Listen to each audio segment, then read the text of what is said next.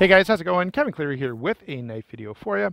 Today we are outside. I think we belong outside for the review I've got coming up for you. I thought I'd just let you take a look at where I'm kind of hanging out. I have to say I found this perfect place. There's a spot, you can see the fallen tree right in front of us. Well, in this spot there's fallen trees like everywhere, all around me. But this particular spot, one just happened to fall in such a way that I could sit on one and another fallen tree be right in front of us so that I could use it sort of as a table. And what's happened here is it's a steep hill, and so as the ground gets wet, gravity takes its toll and the trees start falling over. Anyway, what we have here is the Mora Bushcraft Black. That's the knife I wanted to share with you today. We previously took a look. Wow, apparently English is going to be a struggle for me these days. Through this video, I should say, but we previously took a look at the Mora Companion, and actually I was really impressed with the Mora Companion as an outdoor utility type cutting tool, and I had the Bushcraft Black with me at that time. By the way, I will do a full video comparison of these two, but for now we're going to focus just on the Bushcraft Black. It does cost a little more. The blade stock is a little bit thicker. The handle is, though, the biggest difference. The handle is much bigger, much beefier, and much more comfortable. Although the Mora Companion already has a rather comfortable handle, this one is bigger. Very similar sheath, standard Mora sheath, so we won't spend a whole lot of time on that. And we'll put size and weight in here right now off of the desk, and then once you've taken a look at that, we'll get back into the rest of the video. Hey guys, we're just back in the office here for a minute with a quick size rundown on the Bushcraft Black here. This knife is 9 5/16 overall. Blade is 4 5/16, so that's a little over a quarter. All right, each of those. 4 7/8 on the total handle length there. 3 7/8 grip area. So you can actually see, because of the angle here, you lose a fair bit of grip area, but it's still plenty, nearly 4 inches. And the weight on just the knife is 4.1 ounces. If you add the sheath in here, the overall length goes up to 9.5 inches, so not a big difference. And the overall weight goes up to 5.6 ounces. So again, very carryable. You know, we've talked about lots of folders that weigh more than 5.6 ounces, so no big issue here. You know, this is the Bushcraft Black, and we talk about it being heavier than the Companion, and it is, but it's certainly not a heavy, hard to carry knife at all. Let's get back out to the bush and carry on with our discussion over there. Okay, so now that you've had a chance to get size and weight on this guy, you kind of have an idea of what you're dealing with. Fairly standard size knife, and honestly, I probably could have left that out completely. I know many of you watching this are very familiar with the size of a Mora, and this one pretty much, fits the standard size that you're used to. Let's go ahead though and start working our way through the various parts of this knife, starting with the blade. So this is the Mora carbon steel. It does have a micro bevel on this Scandi ground blade. You can see obviously it's got that black finish on it, which does hold up pretty well. I actually, in preparation for this review, I went and cut through a bunch of wood, pounded it through a bunch of wood, and you can see that it's held up really well. I will do a little bit of cutting for you as part of the review, not a whole lot. I try to do most of that, of course, up front, so that I have an idea before I start filming how the knife performs. The carbon steel here has held up pretty well, both in terms of me pounding on it, but also in terms of edge retention. I actually am really happy with this. Now, I haven't decided yet. I know a few people, if you spend time on the forums, will talk about removing, sorry about that, I just bumped the tripod, about removing the micro bevel. So grinding this down until it's a true Scandi. And I mean, it's fine. Here's my thought. I'm only interested in making changes like that to a knife if I really feel that it's in some way inadequate as it comes.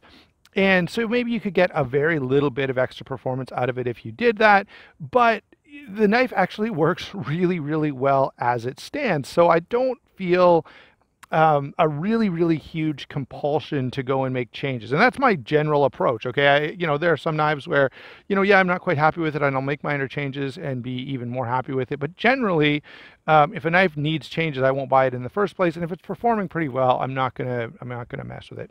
And this blade has actually performed very well. Just let me demonstrate really quickly how well this deals with wood. So I've got a couple of pieces of material here. Let's start out with this one. And just very slowly and carefully, let me just demonstrate. You can really, I'm going nice and careful and slow here. Certainly, let's try to take a little bigger bite so you can see that it does bite in exceptionally well, because it really does that nicely. So if I wanted to, make some kind of a groove in here for some kind of bushcrafting task, you can see you can take a big bite and remove a lot of material. If I'm more aiming at feather sticks, change your angle just a little bit, be a little bit more gentle. And again, you can really, and again, these Moras are designed for, or at least, this is literally called the Bushcraft Black. It's designed for this kind of work, and it does it very well, as would be expected. Now, I will say, with this being, it's a little awkward working around a tripod, but this being as it is, by the way, you can do some light batoning. I've got a piece here. I'm going to have to take it just off camera. You can kind of see the bottom here. Let me grab my baton, give this a couple little whacks.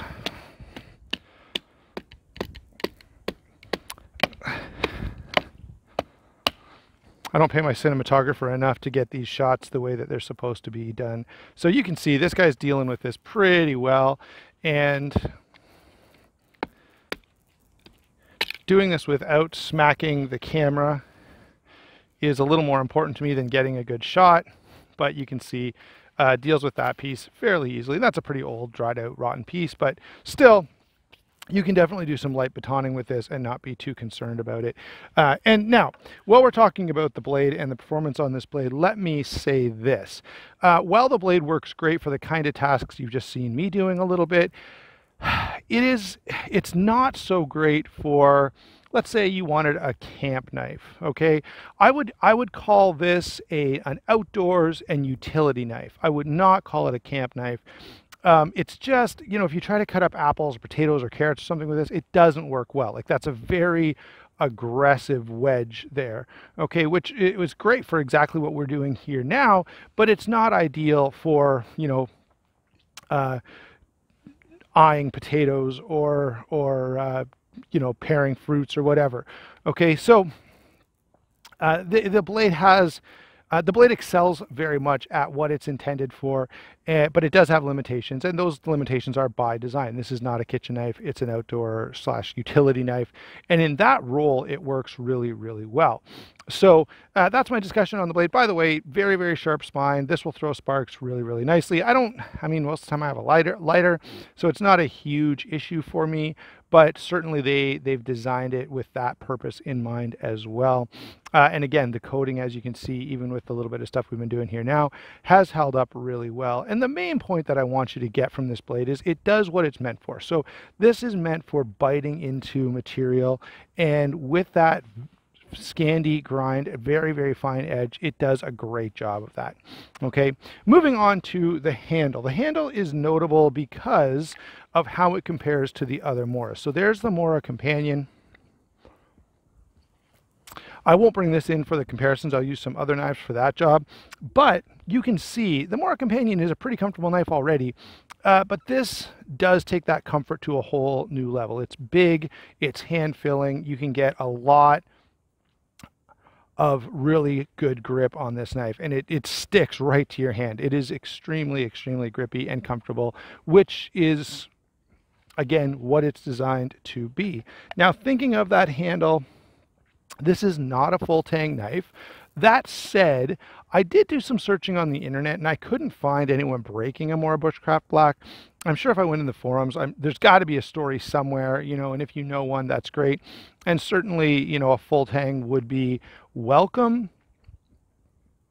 But frankly, the way I like to set up my system, I'm going to have a knife as well as probably a folder in my pocket, because I have a hard time not having one in my pocket, but I'm also going to have a saw and a hatchet. And so anything that I would be like less than comfortable doing with the knife, I've got the hatchet there, I've got the saw there, and it's going to be just fine. So it really depends. This is, this is not so much your sort of one tool survival knife. It's not an SE Hunglis, it's not a BK9.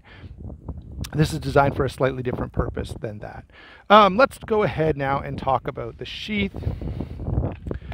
You can see this is the clip. This does come with an alternate sheath that you can throw on here that's just a closed loop. I much prefer this one because of the fact that I can clip this onto my waistband, onto my pocket, onto a pack, wherever I want it, and then I can remove it as well whenever I want to. For me, that is much, much more valuable than the security that comes from the closed loop. All right, and of course the closed loop means that anytime I want to use this, I've got to have a belt on, and every time I want to take it off, I've got to take the belt off. Those things drive me crazy. We've gone over that before in various conversations. Otherwise, look, the retention is pretty good. You can tell, you know, because of the rubberized coating here, it actually grips onto that plastic pretty nicely. The way that they've got some jimping here to allow me to extract the knife is pretty comfortable as well. I don't often use it. You can just sort of grab the knife and take it out. That's usually what I do. A little hole in there to drain, and you know, it's a pretty plain Jane sheath, just plastic, nothing super special, as you can see made in Sweden. There you go. So yeah, I'm pretty happy with the whole package overall, especially for the price point. Now I just went with this particular option. You can do like the option that has fire steel and a slightly upgraded sheath, but I have lots of fire steels. You can buy them for extremely cheap, like low prices. So to me, it didn't make sense to go that route, especially when I have lots of other options and I'm buying this primarily to test out the knife itself, not so much the sheath and fire starting system and all of that. All right. You know, if you want to have that one closed system, hey, go ahead. You know, the other option would simply be to modify this slightly with, you know, a couple of elastics or ranger bands or duct tape, whatever you want to do. Anyway, having covered the blade handle and sheath, it's time for some comparisons. So let's go into that portion of the discussion. You've already seen the companion here a couple of times. So let me grab a couple of knives that are personal favorites of mine. First off, and this is one of my favorite knives to have in the bush, is the Lion Steel M4. Much different animal, okay? Totally different knife. A little more versatile. And so where I find this kind of knife shines for me is the fact that I can use this for most of the same stuff as this. Yes, it doesn't bite into material as well, but I can get it to do the job. But when I get back to the campsite, or if I've got to skin an animal or, you know, do easy EDC type tasks, whatever the case may be, this will do all of those jobs and do them very well. So I do really like that. Of course, there's a massive difference in price there, but I figured a number of you were familiar. The other knife I'll throw in here from, you know, my list of favorites is the Nyala. Again, not comparable, much different price point, but hopefully will give you a little idea of size.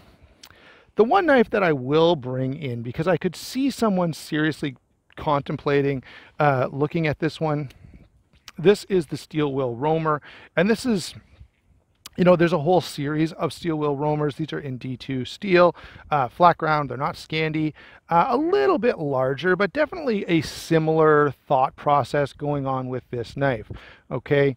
And again, these guys, you know, you can pick them up for, they've been on sale all over the place. So, you know, I've seen them for, you know, $40 to $45, and, you know, that's really close. I think this was like 36. Okay, so very comparable. Obviously a little bit bigger, but this is the 305 Roamer. There are a couple other options. One of them is probably more similar to, in size anyway, to the Bushcraft Black. But this could be something that I could see someone considering when they're looking at this or this. And so I thought I'd throw it in there as well as this. But it's going to do most of the same stuff. Certainly the sheath is going to be a pretty, you know, a big improvement because of the fact that this has really good retention. So you could turn this upside down or something like that. What else have we got here? Maybe one more comparison. This is the Kaiser Harpoon. Again, more versatile. Okay, this can do EDC stuff, it can do camp stuff, and it can do some outdoor stuff. Not as well as this, but it can get the job done. So those are my comparisons for you. What are my overall thoughts on this knife? Well, you know, while I have pointed to a couple of other knives that I felt like were a little more versatile, honestly, guys, I like this knife a whole lot.